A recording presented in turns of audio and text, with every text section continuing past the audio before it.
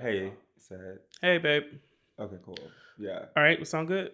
Yeah, I think we sound good. Okay, Okay, cool. You sound far perfect. enough for you? What'd you say? You sound far enough? Yeah, I mean, I can't really tell because I'm talking at myself and hearing myself at the same time. But I mean, Okay. I think it's I mean, fine. if not, we can always like. No, we are good. We're good. Okay, I'm not gonna all right. even, not gonna. We're shooting for perfection, but nothing's perfect, right? Yeah, Um. but me. Okay. Just kidding.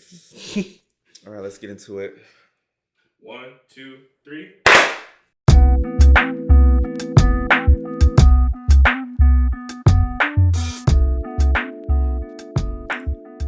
All right. Hey, said. Hello. You feeling good today? I am feeling good. Do I'm you feeling. need anything? Are you comfortable? No, I got my champs. Okay. Just All right, wonderful. So yeah, I'm we're just gonna here. hop straight into it, okay? Let's get into it. Um, how's your spirit feeling right now? I'm feeling good. My spirit's feeling good. I feel great. I feel like I am still in this transition phase of my life.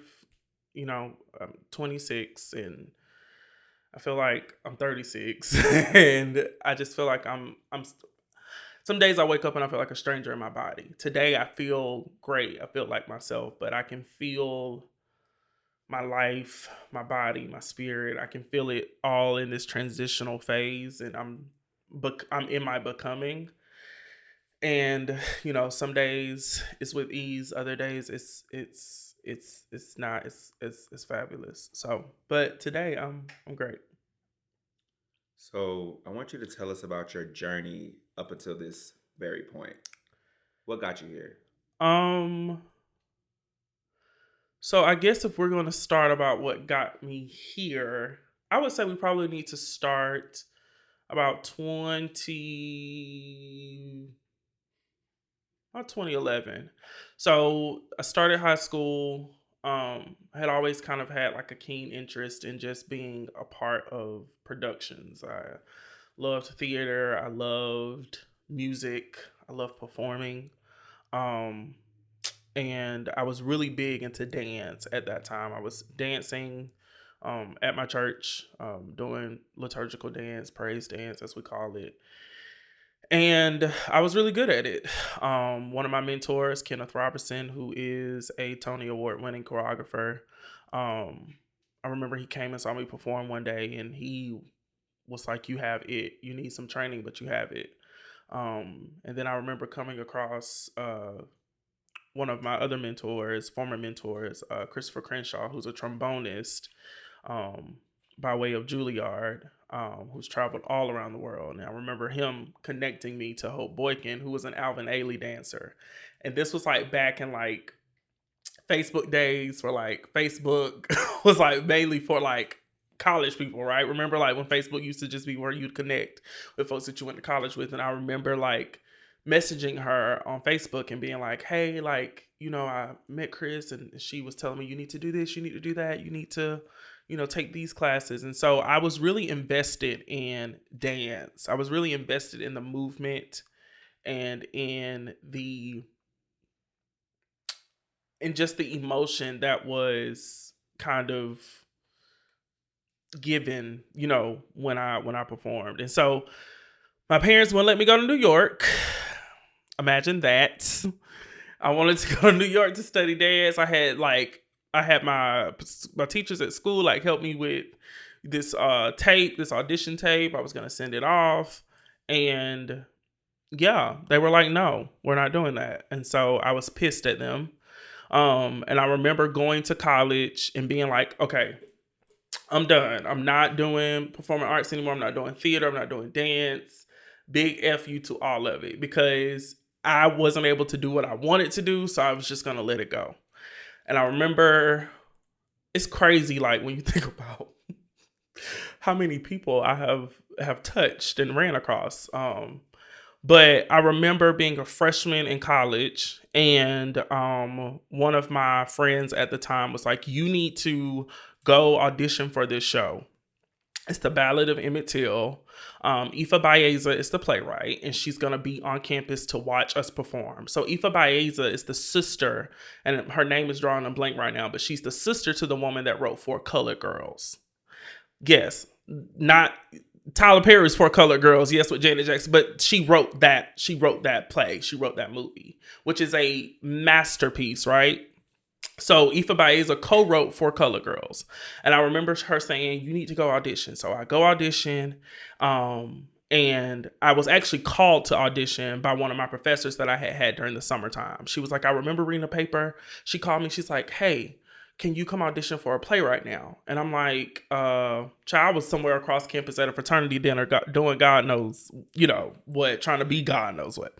So I'm like, I'm at a dinner trying to like join a fraternity. And she was like, okay, but like we can wait for you to get here. Like we just need you to audition. So I go, I'm dressed down to the nines. I remember like it was yesterday. I had some navy trousers on with this like beautiful like magenta burgundy blazer with these like with the pocket square to match and the polka dot bow tie, like very Southern classic. And I got there, long story short, I got the part. So I remember waking up and the friend who told me audition was like, bitch, you got the role, the lead role. And I remember the professor, Christy Papier, she called me into her office and she was like, are you ready for this? And I'm like, yeah, I guess so. I don't know. I mean, yeah, I am. I audition like, it's going to take a lot of you and you're going to be required to show up. You're the lead. Are you ready for this? You're a freshman. You're new to this world. Are you sure you have what it takes?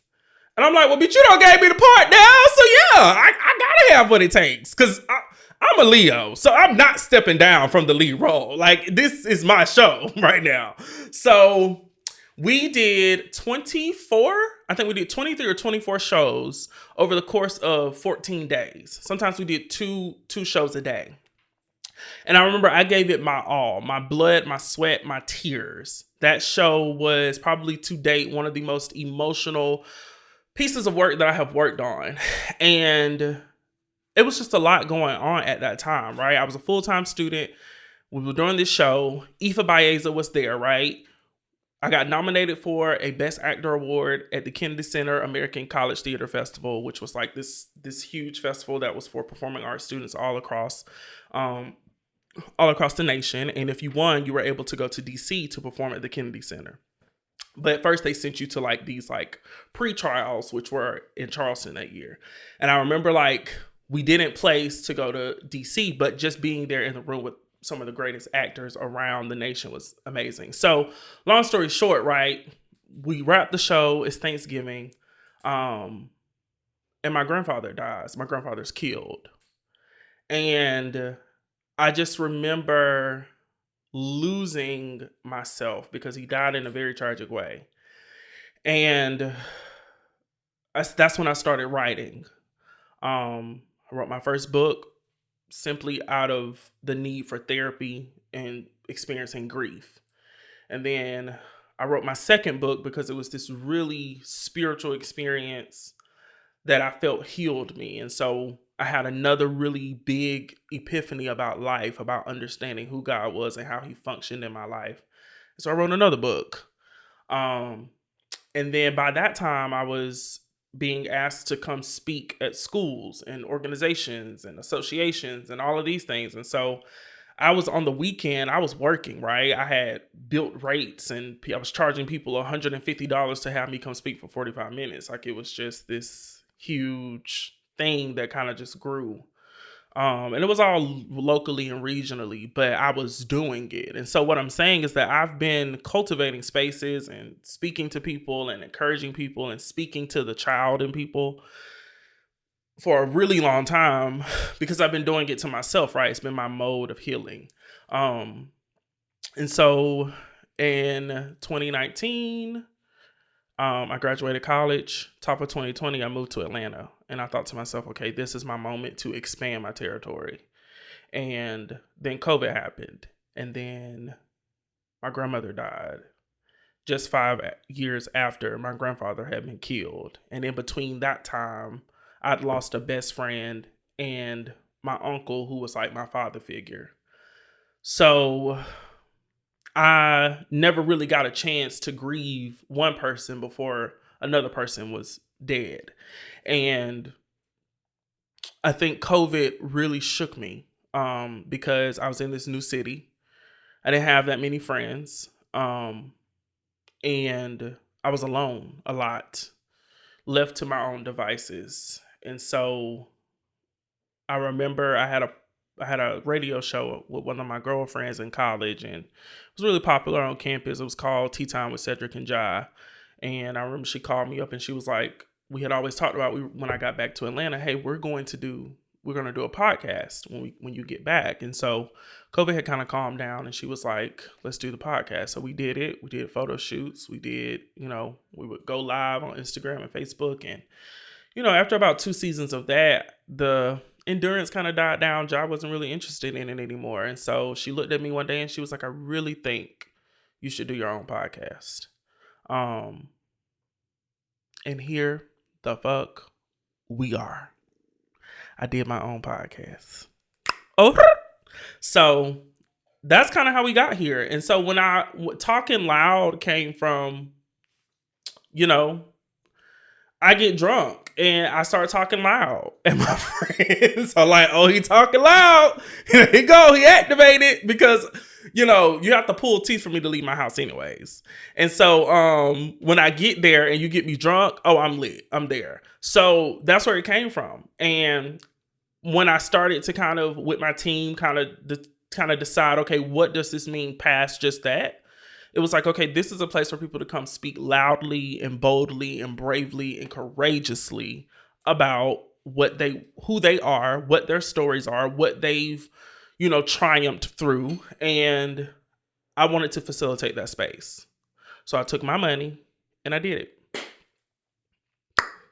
Okay. Did I answer your question, Mr. Producer? You did. You answered my question flawlessly. Mm-hmm. So throughout your life's journey, it seems like you've experienced a lot of highs and lows, but they all seem to contribute to the person you've become today. So what's one piece of advice that you would give to your younger self?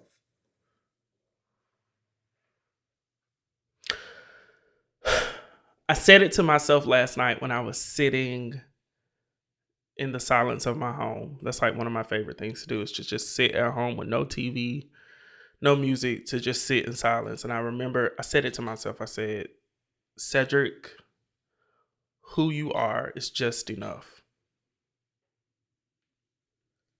Yeah. Who I am is just enough. I think I spent so many years being a version of myself, trying to be digestible, trying to squeeze into places that didn't fit me, trying to accommodate others' comfort, and comfort levels, and trying to just be something that wasn't fully myself. And I did it in my dating life. I did it in, with my family. I did it with my friends. And I just kind of decided, around 2 years ago, to purge my life, to get rid of anything that resembled a lie. And thankfully, my journey has led me to God, a deeper relationship with myself and my body. Excuse me. But it's led me to a better sense of self. Yeah. Just who I am is just enough. Yeah. Yeah. So answer this. Who are you and what are you sure of? Who is Cedric Norris Jr.? And what is Cedric Norris Jr. sure of in this moment in time?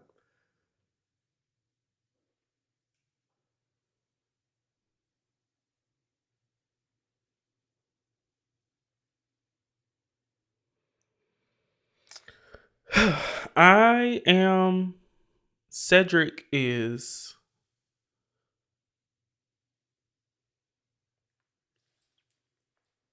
a vessel through which God flows. I am the co creator to Christ. I am a trusted friend. I am light. I'm honesty. I am truth. I'm bravery.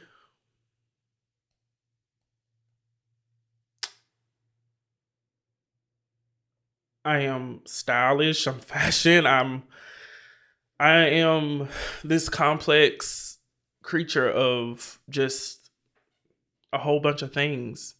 And I get to be who I who I know God wants me to be. Right? I'm clear about that. I'm clear about the assignment that's been placed on my life. And I've always been keenly aware of the presence of God, like just always here with me, having this spiritual armor, right? In Ephesians, the Bible talks about the armor of God and talks about the breastplate of righteousness, the helmet of salvation, the shield of faith, the sword, which is the spirit of the word of God, feet fitted in the readiness of the peace of the gospel. And that armor builds you up to fight against the things both seen and unseen. I'm a spiritual warrior in every way. And it translates in the way that I speak, in the way that I dress, in the way that I communicate, in the way that I respond, in the way that I create. That is who I am. And what are you sure of? I am sure of love. Not just romantic love, not just, love in the sense of things being warm and fuzzy, but I'm sure of love always being the answer. Because God is love. God giving his only begotten son to us was a act of love. And I know that love is what heals all wounds.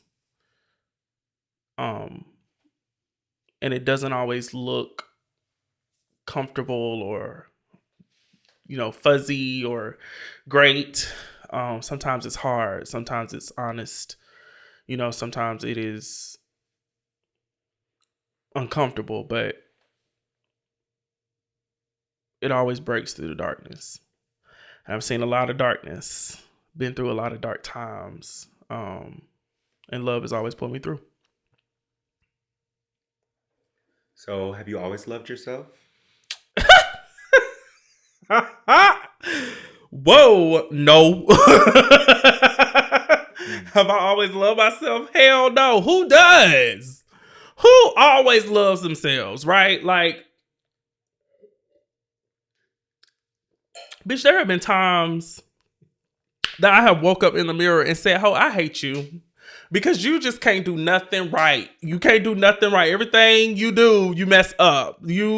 Why would you go do that? Why would you say that? Why would you make that mistake? Of course, we all beat ourselves up, right? I don't think life is about loving yourself unconditionally. We are humans. We waver. Hell, we can barely love each other well. So I think life is about loving God and knowing who you are in Christ so that God can love you, right? That's the unconditional love. That's the unconditional act of love. So that when the self-love wavers, right, or the self-actualization doesn't always kick in the moment, right? You have this insurance that's existing for eternity to lean back on. So yeah, no, I ain't always loved myself. Do I love myself today? Absolutely. Now, can't nobody really tell me nothing about me. I just know who I am. I know who I am in my body. And even in those times, like I said, right, where I feel like a stranger in my body, I know where to turn to find my answers. So yeah, I mean, I love who I am becoming. I love who I'm becoming. Yes. All right, so let's just hop back in. I want to shift gears and ask you some fun questions, okay? Okay. So, what does your style say about you? What does my style say about me? Yeah. I am the baddest bitch in the room. All the time. I have rarely walked in the room and seen anybody who is more fashionable than I. Okay, I'm just kidding. Let me stop. No, I think what my style says about me though for real is that I really appreciate things. I always say that my style, like if I had to kind of put it into a class in a category, is that my style is classic and it's timeless with a dash of trend, right? Like I always seem to be on trend, but I have found silhouettes and textures and I found silhouettes and textures and clothing that has worked for me. Um, but my love affair with fashion started years ago. In pre-K, I was arguing with my mama about no, this don't look right. I need to be wearing this. We would be down to the Macy's and the JC Penney and the Dillards, saying she was like, no, you don't need to wear that. I don't like that. No, actually, no, honey, please leave it to me. This is what I need to be wearing. So I have I've loved fashion from the day that I think I was walking on this earth. I think my fashion sense says about me that I am someone who is strong. I think I have a very strong fashion sense. I think it resembles strength. I think it resembles creativity. I think it resembles authenticity. I'm not afraid to kind of just express myself. Um, and always be like that clean cut dude walking into the room. And, I don't limit myself to one type of like look, right? Like some days my looks are really smart. Some days my looks are very like corporate professional. Some days my looks are very like feminine. Some days they're very, very masculine. Some days they're very streetwear. Some days they're very boho. Like it just kind of depends on what mood I'm in. But throughout all of those kind of modes, I think there's a cohesive, streamlined understanding that whatever Cedric's gonna wear is gonna be clean, it's gonna be classic, and it's gonna be something that's timeless. And bad bitch. Okay. Are there any assumptions about you that you would like to dispel? I would hope nobody is not wasting their time sitting around assuming stuff about me. I mean, I'm not sitting around assuming anything about anybody else. No. I have this thing about not really explaining myself. If there are any assumptions out there made about me,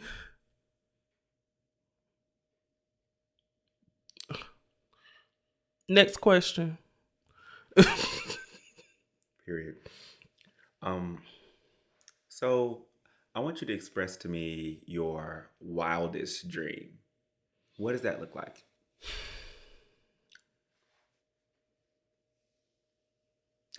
Wish I could be part of your world. My wildest dream.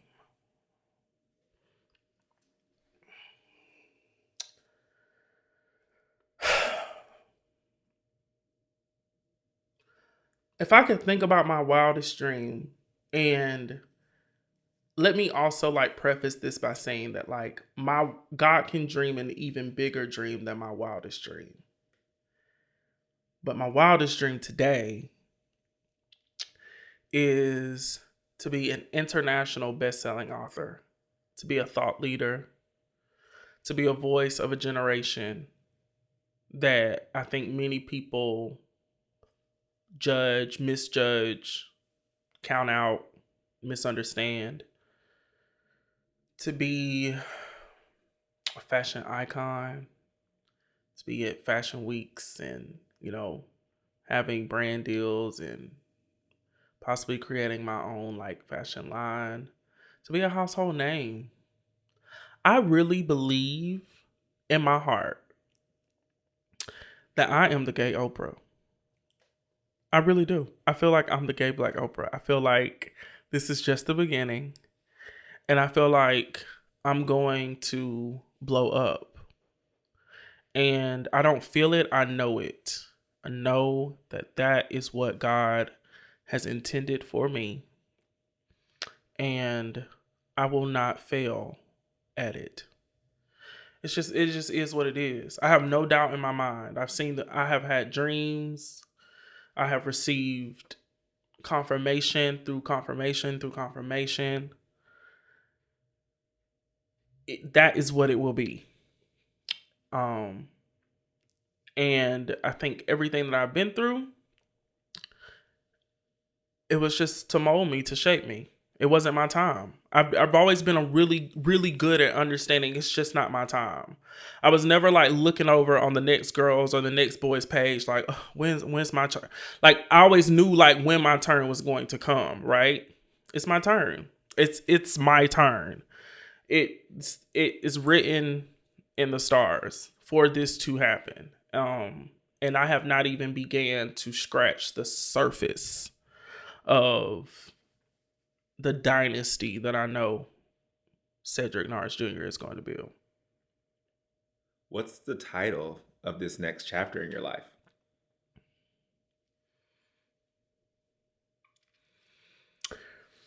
The title of this next chapter, this next transformation, it's just that transformation. It's the transformation. It's the transformation. I am transforming and transitioning, and I'm changing more rapidly than even I can keep up with sometimes. Um, and I have the endurance, right, to be able to do it. I think people ask me a lot, how I'm able to do all that I do. It is just in my DNA. It really is. Like it's what I am. It's what I am built for. I'm transforming, right? And I think people are gonna look up one day and be like, "Honey, who is that? And where did he come from?" Because, excuse me, because I believe that God will hide you and will keep you hidden, and boom, slap you right in front of the very people that need to hear, see, and listen to you. So yeah, transformation. Finally, what mark do you hope to leave on the world?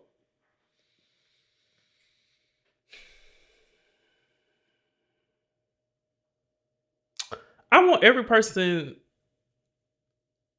that I think your mark is left on every person that you touch. And I want every person that has come across me to have felt or to feel some joy, some laughter, to have felt like they have been given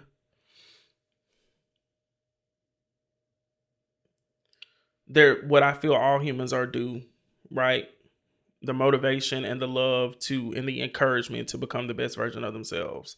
That is my goal. That has always been my focus.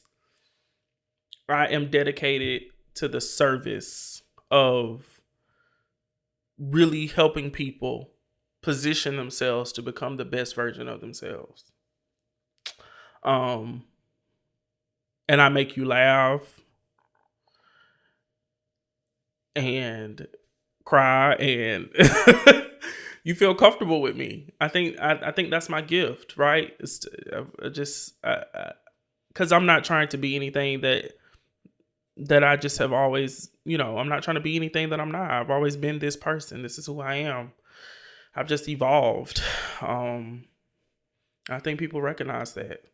So, yeah, for everyone to know that, like, hey, you are loved, and This is my gift to you. This encouragement, this motivation, this wisdom, this friendship, this hug, whatever it may be, right? This me seeing you, this a listening ear. Yeah. That's the mark I think I'll leave. I love it. Thank you, Sid. Thanks.